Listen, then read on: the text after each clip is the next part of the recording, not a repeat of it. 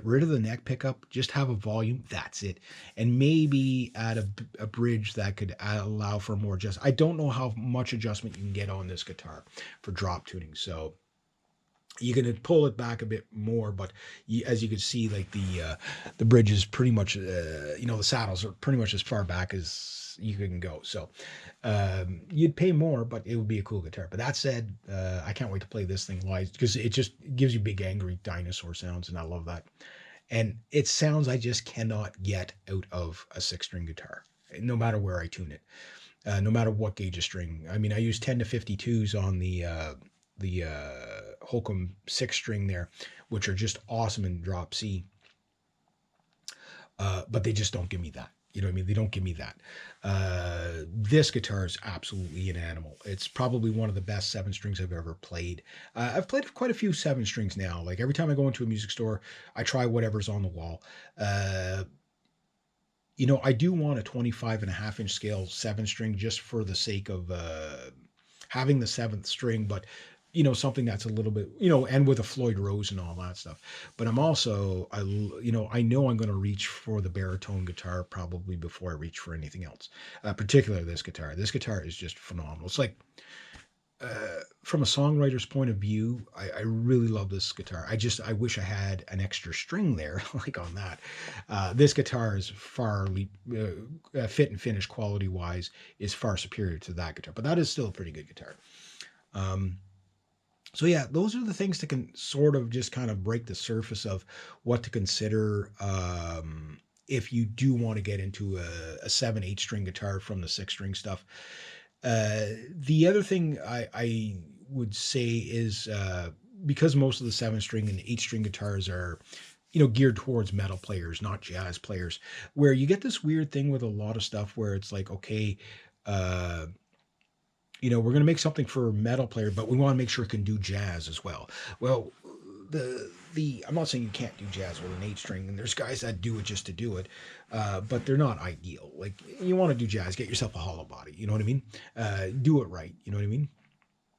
But what I'm also saying too is that these guitars usually come with really hot pickups, and those hot pickups mean you got to usually play very compressed through the amp. But that's where you get your big angry Kongzilla angry dinosaur sounds, is with the compression, right? So you want hot pickups for that. But if you're like for example, a Hot Rod Deluxe, it sounds cool, clean with the this has a push pull pot on it to split the coils on the pickups. It sounds really cool through that clean, but I have to play in the number 2 jack that reduces the input by 6 dB. If not, it's way too hot for that vintage style amp. So this is one of the complaints a lot of people had with the Mark Holcomb guitar Alpha and Omega pickups, is that they're so hot that they sound really harsh. But what Mark is going for here is extreme distortion and gain saturation with loads and loads of compression. And to get that, you need to have hot pickups, but you have to play compressed all the time. So that's just something to consider as well. So if you're a guy that's used to say like Burstbucker, Gibson Burstbucker, Gibson Classic 57s like my SGs over there, or say like Seymour Duncan JBs or something like that, like medium output pickups, which is most guitars, pro guitars. Just understand that those guitars you can play through any amp and the signal's not too hot. But on a lot of these 7 and 8 strings, they have really, really hot pickups.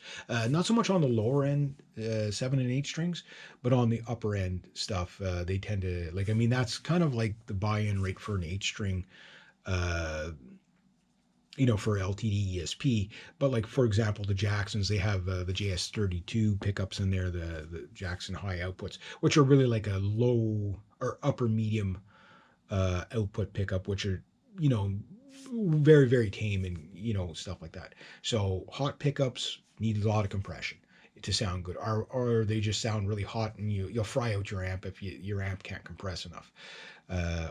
George Lynch experienced this, and he talked about it, where he used to go for the hottest pickup he could get, but then he was frying out amp heads all the time because the signal was so hot, you know, whatever.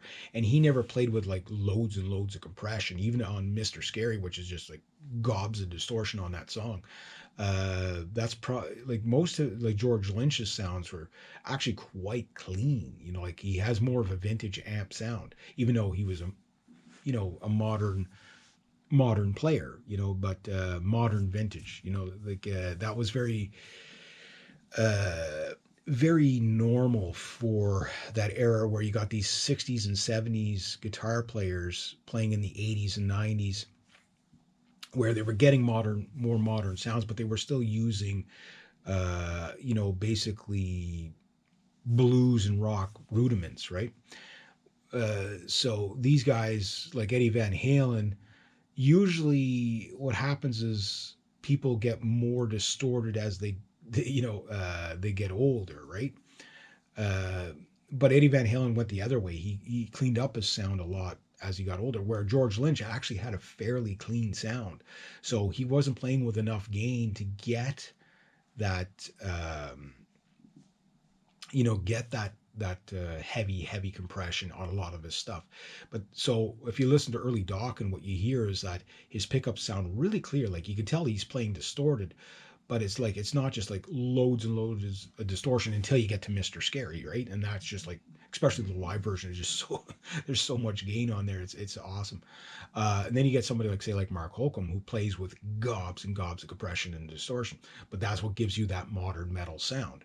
So just some, you know, some food for thought there. So anyway, I think I've went along enough on this topic. Hopefully you guys enjoy it. Um, I like doing these long form talking videos, but there is a lot of guys out there that, you know, are probably considering, and they don't get topic video, like they get guitar reviews. Oh, this is a great guitar, blah blah. But you don't get the nuance of what is it like to live with these things. And like I say, the 8 string, I don't play it as much. But then again, when you have something this phenomenal, you know. Uh, but that said, I don't think I can get rid of something like this because it's just so cool and so unique. And it when I do want to get into a like that one extra string on over the 7 string, like the 8 string, the possibilities, like you think you can play and you think you're good, you think you know a lot about music theory, and then you get an extra string, and that opens up a whole new world. You get an extra 2 strings, and you're just like you get option paralysis because what can I do with this thing? Anything you want. Where do you start? I don't know. You know what I mean? So get one, live with it for a while. Just understand you're going to work harder to play them because you have to stretch your fingers out a bit more. The necks are wider, and the string tension's a little higher.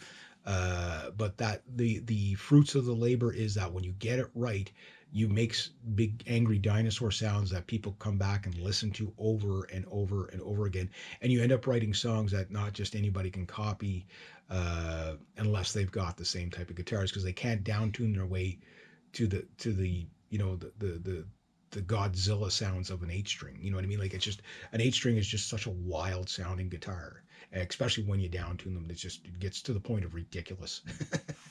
And I like ridiculous. Anyway, there you go, guys. Tell me what you guys think. What did you notice when you first started playing 7 and 8 string guitars? Is it something you stuck with? Did you not stick with it? Would you do it again? What would you do differently if you did do it again? For me, I know this. I'd buy this 11 out of 10 times, you know, if I had to do it over again. This is such a great guitar, guys. The neck on this thing is just, it's my favorite 7 string neck. It's just so good. You know, this guitar there's nothing to mod on this guitar. It's so good the way it is. There's a reason why Mark Holcomb plays his signature series. Like he doesn't play his core models live as much as he plays these. He takes these on tour, beats these up. But they're perfect guitars. They're as pro as they get, right? And it's just such a great guitar and a good recording guitar as well. That's a little on the muddy side for recording, but it does give you big angry dinosaur sounds. So anyway, there we go. Have yourselves a great day.